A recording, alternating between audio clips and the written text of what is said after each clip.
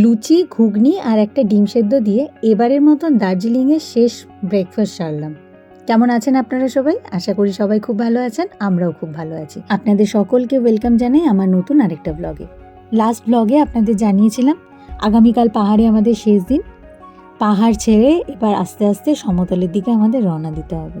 এই সময়টা প্রত্যেকটা বার আমার জন্য ভীষণ কষ্টের। পাহাড় ছেড়ে আমার কিছুতেই যেতে ইচ্ছা করে না, কিন্তু এইবারটা না একটু আলাদা।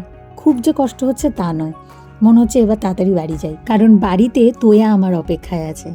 আজ 5 দিন ওকে দেখিনি, আমারও মনটা করছে কতক্ষণে যাব আর মেয়েটাকে একটু জড়িয়ে ধরবো। রাত 8টায় নিউ জলপাইগুড়ি স্টেশন থেকে আমাদের ট্রেন।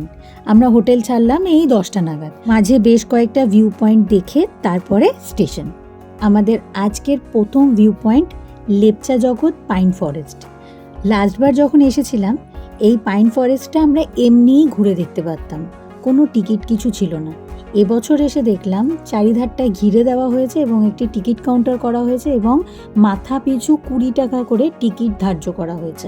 এসেছি যখন দেখে তো যাবই, আর পৌলমীর তো দেখা নেই, তো সেই কারণে আমরা যাবই। তো টিকিট কেটে আমরা চলে গেলাম পাইন ফরেস্টের ভেতরে। কি গভীর ঘন পাইন ফরেস্ট দেখেছেন? কি সুন্দর লাগছিল না ওইখানটায়। ক্যামেরায় তো কিছুই বোঝা যায় না সেরকমভাবে, তবে পাইন ফরেস্টটা সত্যি ভীষণ সুন্দর। আরও সুন্দর হচ্ছে একদম সকালে সানরাইজের টাইমটায়। মাথার ওপর দিয়ে বড় বড় পেল্লাই সব এক একটা পাইন গাছ। না পায়ে প্রচন্ড ঠান্ডা লাগছে, মাথায় হেভি ঠান্ডা। নে ফোনটা নিয়ে নে, আমি একটু রিয়াকে ধরি, আমার ভয় লাগছে ওকে। রিয়া না আমার ভিডিও বানাবো এখন আমি, বললেই ভাইরাল। রিয়া হেসেছিলিস না পিউ যখন পড়েছিল? আমি একা, ও একা হাসিনি। আবার পরের দিন বলছে বন্ধু পড়লে হাসতে নেই, নিজে যখন পড়েছিস। আর আমার বেলা হেসে দিয়েছি, সেটা মনে করা তো ভুলে গেছিলাম। চল না দেখি কি খাবার আছে। চল, তোদের লুচিগুলো হজম হয়ে গেল? দেখ কয়টা লুচি খাইছি আমি। আচ্ছা দুটো ডিম সেদ্ধ আছে, যা নিয়ে আসলি। এটা কিন্তু একটু বেশি এক্সট্রিম। এই মাথাটা এনেছিস কেউ? হ্যাঁ, এনে তো সবই ছিলাম রে। লাস্টে তোরা রুম থেকে কি কি এনেছিস? মাজা আছে। মাজা আমার ব্যাগে বা কাউর ব্যাগে আমি ঢুকিয়ে দিয়েছি। এই বড় বড় পাইন গাছের ফাঁক থেকে অল্প বিস্তর রোদই জঙ্গলের ভেতরে পড়ছিল, তাই জন্যে ভেতরটা প্রায় অন্ধকার। আর আজকের দিনটাও একটু মেঘলা মেঘলা ছিল, তো যার জন্যে ভিতরটা ভীষণ ঠান্ডা ছিল, ভীষণই ঠান্ডা। আর ওখানে বেশ অনেকক্ষণ সময় আমরা কাটানোর পরে আমাদের 3 জনেরই একটু একটু খিদে পেয়ে গিয়েছিল।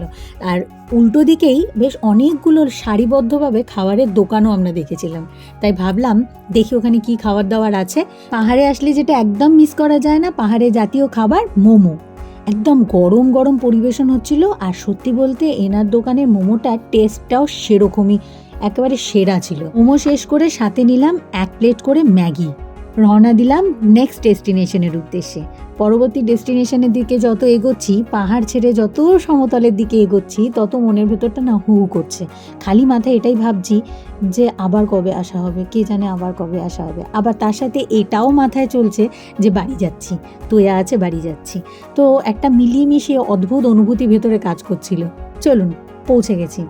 এবারের ডেস্টিনেশন গোপালধারা টি এস্টেট।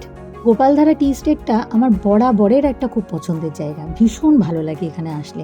গতবার যখন এসেছিলাম তখন বর্ষা ছিল, বৃষ্টিতে খুব ভালো করে ঘুরতে পারিনি, কিন্তু তখন না ভেতরে অবধি যেতে দিচ্ছিল। আর এবার দেখলাম পুরো বাস দিয়ে ঘিরে দিয়েছে, ভেতর অবধি, চা বাগানের ভেতর অবধি যেতে দিচ্ছে না। কিছু উজবক মানুষ আছে যারা চা বাগানের ভেতরে গিয়ে চা গাছগুলোকে নষ্ট করে, তাদের জন্য অন্যদেরকে মাসুল দিতে হয়, এই আর কি। এবারের ভিউ পয়েন্ট সীমানা। এত অপূর্ব সুন্দর জায়গাটা না দেখলে বলার নয়। আর তখনও না বেশ অনেকটা মেঘলা হয়েছিল জায়গাটা, তো সেই কারণে সব মিলিয়ে বেশ ভালো লাগছিল। আমরা বেশ কয়েকটা রিলসও এখানে বানিয়েছি। রিয়া যদিও গাড়িতেই বসেছিল, ওর ওই ব্যাক পেনটা খুব ব্যথা হচ্ছিল, তাই কারণে। সামনে একটা ছোট মার্কেটও ছিল, জামা কাপড় অনেক রকমের জিনিস বিক্রি হচ্ছিল, তবে আমরা কেউ কিছু সেভাবে কিনিনি।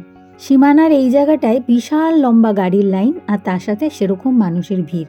এত ভিড় ঠেলে জামা কাপড় কেনার বা কোনো কিছু কেনারই কোনো ইচ্ছা আমাদের ছিল না, তাই ঠিক করলাম চলো এবার এগোনো যাক।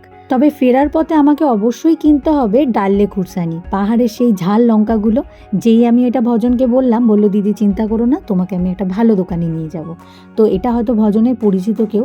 ভজন বলল যখনই আমি আসি এর দোকান থেকেই সবজি কিনি।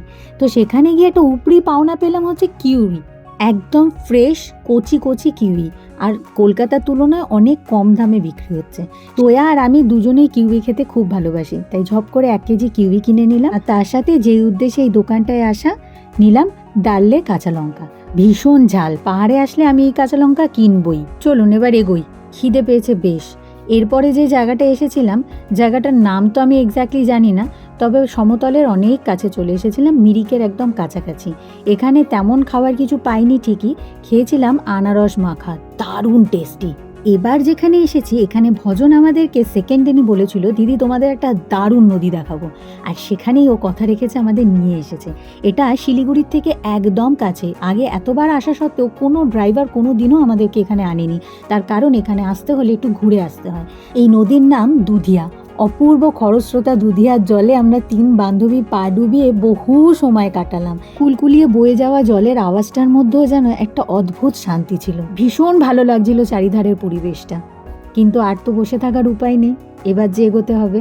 পথে এক জায়গায় দেখলাম অনেক মানুষের ভিড়, শুনলাম এক্ষুনি হাতি গিয়েছে। আকাশটা একবার দেখুন, পড়ন্ত বেলার গোধূলি লগ্ন। ব্যাস পুরোপুরি সমতলে শিলিগুড়ি শহরে ঢুকে গিয়েছি। আর কিছুক্ষণের মধ্যেই স্টেশন, সময়ের আগে পৌঁছতে হবে, কোনো রকমভাবেই ট্রেন মিস করা যাবে না, তাই স্টেশনে আগে পৌঁছতে হবে। অনেকগুলো লাগেজ আছে, সেগুলো টেনে সময় মতন পৌঁছতে হবে। ট্রেনও চলে এসেছে স্টেশনে, এবার উঠবো, আর রাতটা পোহালেই আমার ভালোবাসার শহর কলকাতা। ট্রেনে ওঠার সময় ঘটলো এক কাণ্ড, পৌলমীর জুতোটা গিয়ে পড়ে গেল ট্রেনের ঠিক তলায়। তোলা আর সম্ভব নয়, বেচারি এত ভালো ঘুরে ফেরার সময় মনটা হয়ে গেল খারাপ। যাক গিয়ে ট্রেনে উঠে বসে পড়েছি, আর পরের দিন সকাল, ঘড়ির কাঁটায় 6:02, ঢুকছি শিয়ালদা স্টেশনে। বাইরে আমাদের জন্য গাড়ি অপেক্ষা করছে, পুরো ঘোরা কমপ্লিট। এবার গাড়িতে উঠবো আর বাড়িতে যাব। কাল থেকে আবার কি বলছি, একটু রেস্ট নেওয়ার পরে একটু বেলা থেকেই আবার দৈনন্দিন জীবনযাপন শুরু। থোর বড়ি খাড়া, খাড়া বড়ি থোর। গাড়িতে সমস্ত লাগেজ তুলে নিয়েছি, যে যার মতন সেট। এবার শুধু গন্তব্যস্থলে গিয়ে আমরা নামবো। প্রতিটা দিনের ওই একঘেয়ে জীবনযাপন থেকে একটু বিরতি তো দরকার। পাহাড় থেকে বুক প্রাণ মন ভরে ফ্রেশ অক্সিজেন নিয়ে এসেছি আগামী আরও বেশ কয়েকটা দিন ভালোভাবে কাটানোর জন্য। এই সেই ডাল্লে লঙ্কা যা পাহাড় থেকে কিনেছিলাম। পাহাড় পর্ব তো শেষ, আবার নতুন ব্লগ নিয়ে দেখা হবে।